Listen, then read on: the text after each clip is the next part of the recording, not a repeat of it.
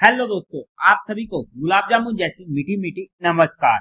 और उसी के साथ आप लोगों का स्वागत है आईपीओ के लव ट्रायंगल शो में। एक और मेला आईपीओ या फिर एक ऐसा आईपीओ जहां पर हमें मिलने की प्रोबेबिलिटी काफी ज्यादा हाई हो जाती है, क्योंकि एक अच्छे साइज का, एक बड़े साइज का जी आईपीओ हमें देखने को मिलने वाला है। तो एफकॉन इंफ्रास्ट्रक्चर कंपनी लेकर आ रही है अपना जी आईपीओ। यहाँ पर हम आज इस रिव्यू वीडियो में इस कंपनी का पूरा कच्चा चिट्ठा खोलने वाले, बेसिक से लेके एडवांस तक। अगर मैं स्टार्टिंग में ही इसमें अपने पर्सनल डिसीजन की बात करूं फॉर एजुकेशन पर्पस, तो एक ऐसा आईपीओ होने वाला है जिसे मैं स्टडी करना चाहूंगा, बट कौन सी कैटेगरी से करूंगा वो टाइम बताएगा। बट जो भी फाइनल डिसीजन होगा वो मैं आप लोगों को अपडेट कर दूंगा हमारे टेलीग्राम चैनल पर या हमारे डेली के शो पर। बट फिर भी आप लोग एक बार इस वीडियो को देख लीजिएगा, समझ लीजिएगा, फिर अपने रिस्क रिवॉर्ड रेशियो और माइंडसेट के अकॉर्डिंग अपने फाइनेंशियल एडवाइजर से कंसल्ट करके कोई फाइनल एक्शन बनाइएगा।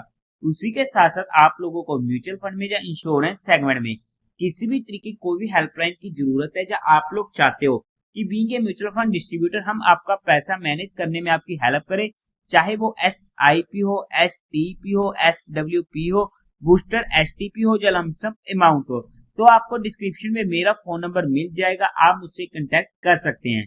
अब अगर हम कंपनी की बेसिक डिटेल की बात करते हैं तो नाम से आपको क्लियर हो चुका होगा, या फिर आपने कंपनी का नाम सुना भी होगा। और 1959 में ये कंपनी इनकॉर्पोरेट हुई थी, मतलब कि काफी अच्छा एक्सपीरियंस कंपनी के पास होने वाला है। और काम की बात करते तो infrastructure engineering and construction company ये होने वाली है of the Shapoorji Pallonji group with a legacy of over 6 decade. As of September 30, 2023 company ने 76 प्रोजेक्ट को कंप्लीट कर दिया है अक्रॉस 15 कंट्रीज, जहां पर एग्जीक्यूटेड कॉन्ट्रैक्ट वैल्यू हो चुकी थी 522.20 बिलियन की। और उसी के साथ साथ कंपनी के इस टाइम पे 67 एक्टिव प्रोजेक्ट होने वाले हैं अक्रॉस 13 कंट्रीज, जहां पर ऑर्डर बुक होने वाली है 348.88 बिलियन की। कंपनी मेनली प्रेजेंट होने वाली है Asia, Africa and middle east में। काम वाइज, सेगमेंट वाइज एक नंबर कंपनी ये हमें देखने को मिलने वाली है। कंपनी का काम मेजरली 5 मेजर इंफ्रास्ट्रक्चर बिजनेसेस में होने वाला है, जहां पर मैरीन एंड इंडस्ट्रियल प्रोजेक्ट आ जाते हैं, सरफेस ट्रांसपोर्ट प्रोजेक्ट्स आ जाते हैं, urban infrastructure project, hydro and underground project and oil and gas project company के मेन एरियाज में आ जाते हैं। अब अगर हम कंपनी के कुछ इंटरनल रिस्क फैक्टर की बात करते हैं, तो वहां पर कंपनी का मेजर रेवेन्यू जब मेजर क्लाइंट जो इनका होने वाला है वो आ जाता है गवर्नमेंट का। गवर्नमेंट से इनको 68.42% का रेवेन्यू जनरेट होते हुए देखने को मिला है एज ऑफ सितंबर 30, 2023 एंड 22% के करीब का देखने को मिला है मल्टीलेटरल से।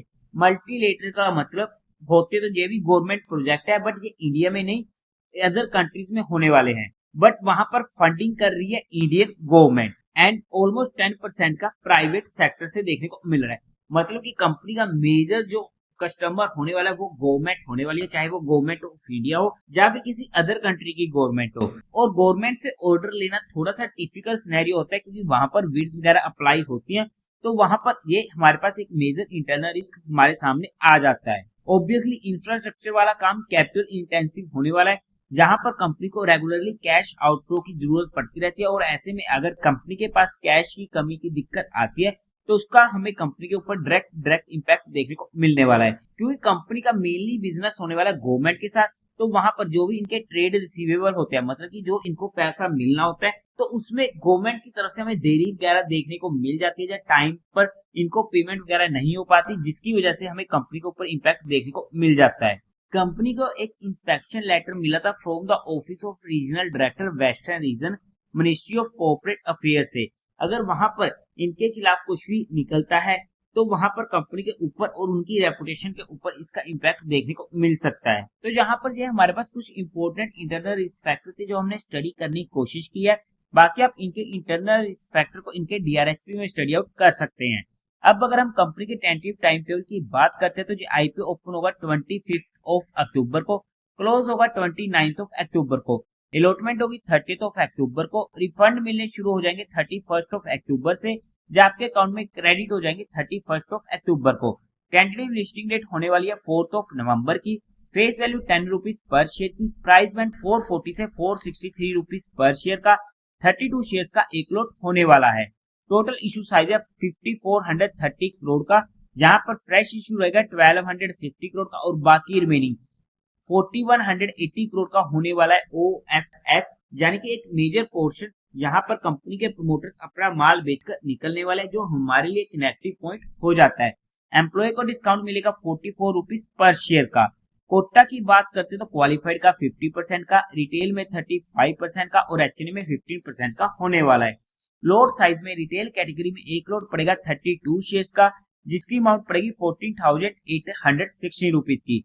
स्मॉल एचएनए में 14 लोड्स के लिए अप्लाई करना पड़ेगा, जिसकी अमाउंट पड़ेगी 2,07,424 रुपीज की। बिग एचएनए में 68 लोड्स के लिए अप्लाई करना पड़ेगा, जिसकी अमाउंट पड़ेगी 10,07,488 रुपीज की।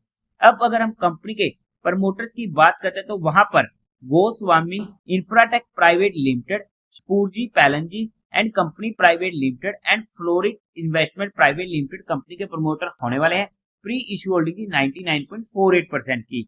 अब अगर हम कंपनी के मेन मुद्दे की यानी कि कंपनी के फाइनेंशियल्स की बात करते हैं तो वहां पर सबसे पहले टोटल असेट 2022 में थे 12,973 करोड़ के, जो इंक्रीज होते थे 2024 तक पहुंच चुके हैं 16,233 करोड़ के।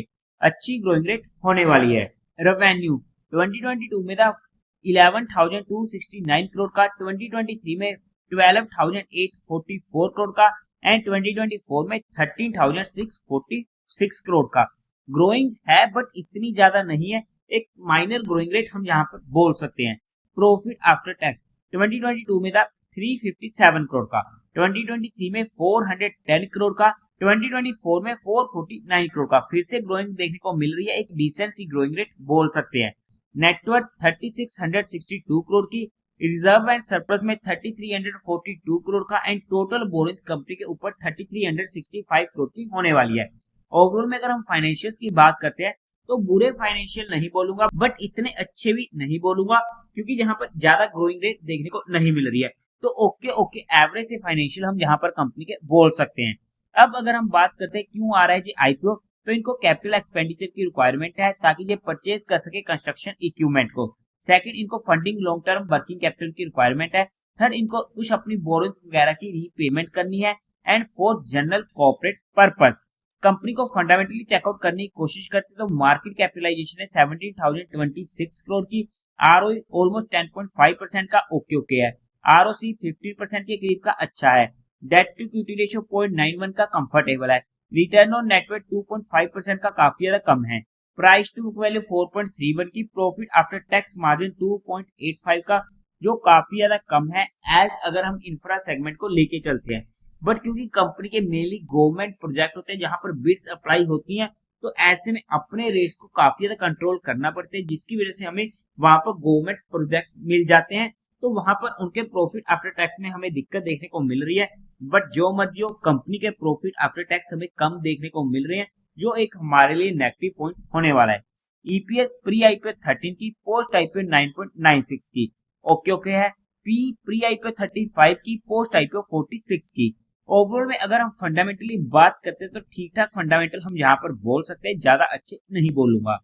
अगर हम बात करते हैं कंपनी के पीयर टू पीयर कंपिटिटर्स में, तो वहां पर लार्सन टर्बो 37 का पी, केईसी इंटरनेशनल 74 का, काल पात्रू प्रोजेक्ट 42 का, दिलीप बिल्डकॉन 37 का पी। अगर हम इसके जीएमपी की बात करते तो आज के टाइम पर 10 से 15% के बीच घूम रहा है, कभी ऊपर तो कभी नीचे। अगर हम वैल्यूएशन वाइज बात करते हैं अकॉर्डिंग टू 2025 या 2024 फाइनेंशियल ईयर के डाटा के बेस पे, तो ये आईपीओ सस्ता नहीं आ रहा है और कंपनी ने हमारे लिए यहाँ पर लिस्टिंग का स्कोप नहीं छोड़ा है। बट सेगमेंट ऐसा है, कंपनी का ब्रांड नेम अच्छा है, अगर वहां पर एक्सटर्नल फैक्टर काफी अच्छे रहते हैं जैसे कि मार्केट का मूड मोड, तो हो सकता है कि हमें हल्का फुल्का लिस्टिंग प्रॉफिट या हल्का फुल्का लिस्टिंग लॉस भी देखने को मिल जाए। But as compare to Godavari IPO जो इससे पहले ओपन होगा, उसके कंपैरिजन में ये आईपीओ मुझे ज्यादा अच्छा देखने को मिलने वाला है। बट हमने यहाँ पर कंपनी को सिर्फ एजुकेशन या लर्निंग पर्सपेक्टिव स्टडी करने की कोशिश की है, किसी भी तरीके को भी इन्वेस्टमेंट टिप या एडवाइस नहीं है। फिर भी आप लोगों को कोई भी काम करना हो या कोई भी एक्शन लेना हो तो एक बार अपने फाइनेंशियल एडवाइजर से कंसल्ट करके कीजिएगा। तो देवी और सज्जनों, उम्मीद है आप लोगों को ये वीडियो अच्छी लगी होगी, तो इस वीडियो को लाइक कीजिएगा, शेयर कीजिएगा और साथ ही साथ चैनल को सब्सक्राइब करें। हर हर महादेव।